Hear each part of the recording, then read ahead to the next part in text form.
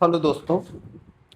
आज जिस टॉपिक पे हम आपसे बात करेंगे वो टॉपिक है दस्त। कुछ मेडिकल टर्म में इसको कुछ लोग डायरिया के नाम से जानते हैं। देखिए, इसमें बेसिकली होता क्या है कि अगर किसी व्यक्ति को दिन में 3 बार या 3 से अधिक अगर दस्त होने लगे तो इसी कंडीशन को हम लोग डायरिया कहते हैं। ज़्यादातर मामले में ये अगर देखा जाए तो अपने आप सही हो जाता है अगर इलाज न भी करें तो भी। लेकिन कभी कभी ये कॉम्प्लिकेटेड हो जाता है। कॉम्प्लिकेटेड कब हो जाता है? जब ये ज़्यादा दिनों तक रह जाए तो शरीर में पानी की कमी हो जाती है, जिसको हम लोग डिहाइड्रेशन बोलते हैं।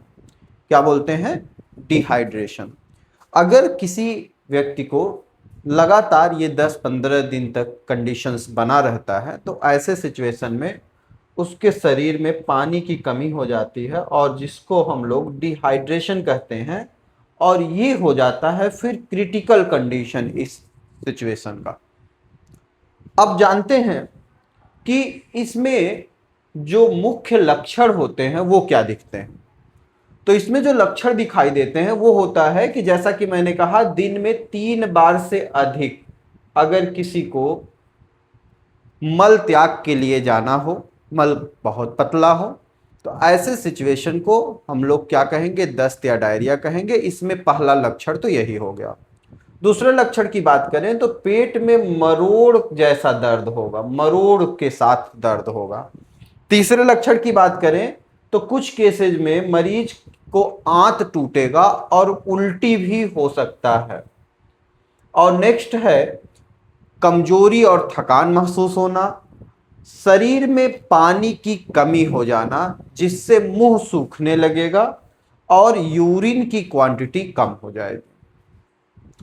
तो अगर इस तरह के लक्षण दिख रहे हैं तो ये क्लियर हो जाता है कि पेशेंट डायरिया के उसके अंदर सारे सिम्टम दिखाई दे रहे हैं। अब अगर हम लक्षण को पहचान लिए और ये जान गए कि पेशेंट को डायरिया है तो उसके कारण की बात एक बार कर लेते हैं कि ऐसा हुआ क्यों। कारण ये होता है कि ज़्यादातर मामले में पेशेंट दूषित पानी और गंदा भोजन के कारण इस तरह की समस्या में जाता है। पानी अगर साफ नहीं है, किसी तरह के पानी में कोई ऐसे कण हैं जो कि अंदर जाकर के इन्फेक्शन प्रोड्यूस कर दे रहे हैं। ज़्यादातर मैं देखता हूं कि कुछ जगहों पे पानी जहां यूज किया जाता है वहां पे जो एरिया है वो बड़ी गंदी सी हो जाती है, जिसको हम लोग कहते हैं काई लग जाना। तो नल के पास अगर काई वगैरह लगा है तो वहां पर जो पानी होता है वो ज़्यादातर केसेज में दूषित मिलता है, जिसके कारण इस तरह के सिचुएशन देखने को मिलते हैं। दूसरा जो इसमें कारण होता है गंदा भोजन। गंदा भोजन का मतलब भोजन गंदा थोड़ी होता है, लेकिन गंदा भोजन का सेंस ये है कि जैसे स्ट्रीट फूड आज के डेट में ज़्यादातर लोग यूज करते हैं, बहुत पसंद भी करते हैं। जो सड़कों के किनारे खाना या खाने वाली सामग्री बेचने वाले लोग होते हैं, इसको लोग बड़े चाव से खाते हैं। अब जो सड़कों पर वाहन चलते हैं, बस हो गए और मोटरसाइकिल हो गए, अदर जो वाहन है, उनके चलने से जो धूल मिट्टी उड़ती है वो जा करके उस खाने पर इकट्ठा होता है, जिसको जब हम लोग सेवन करते हैं तो उस भोजन को हम लोग गंदा भोजन कह सकते हैं। उस वजह से भी संक्रमण हो सकता है, जिस वजह से डायरिया होने का खतरा होता है। अगर बात करें अगला, तो बैक्टीरिया और वायरस इसका कारण बनता है। वायरस इसमें जो ज्यादातर केसेज में देखने को मिलता है उस वायरस को बोलते हैं रोटा वायरस।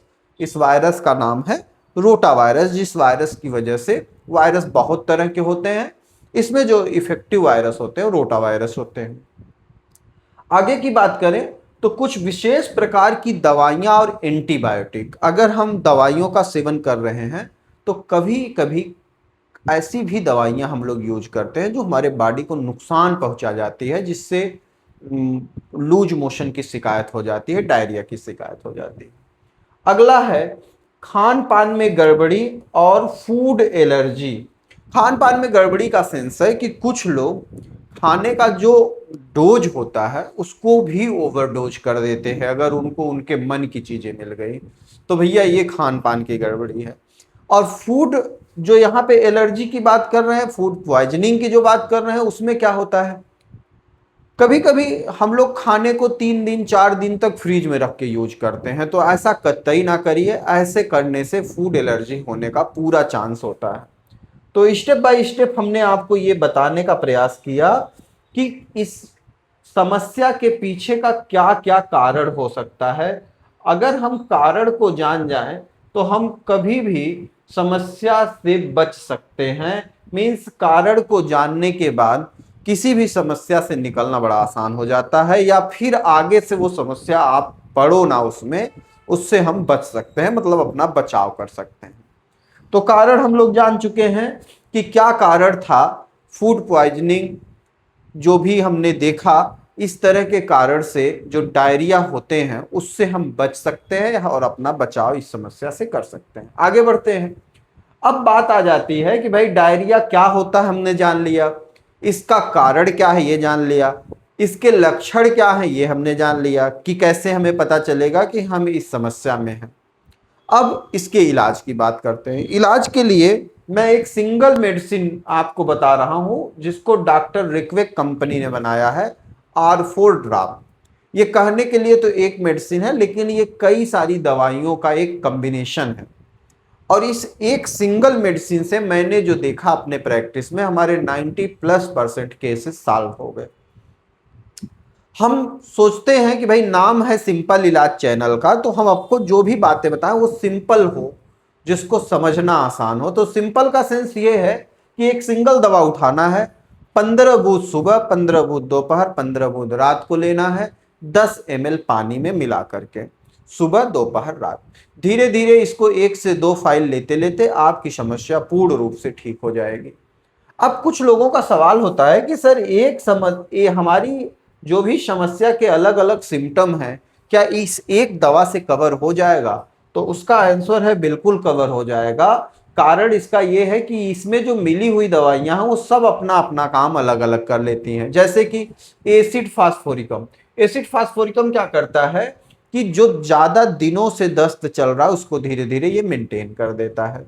बेप्टीसिया दूसरी दवा है। बेप्टीसिया का क्या काम है कि अगर दस्त के कारण कमजोरी आ गई और फीवर आ गया तो ये उसको कवर कर देता है, जिससे पेशेंट को रिलीफ मिल जाता है।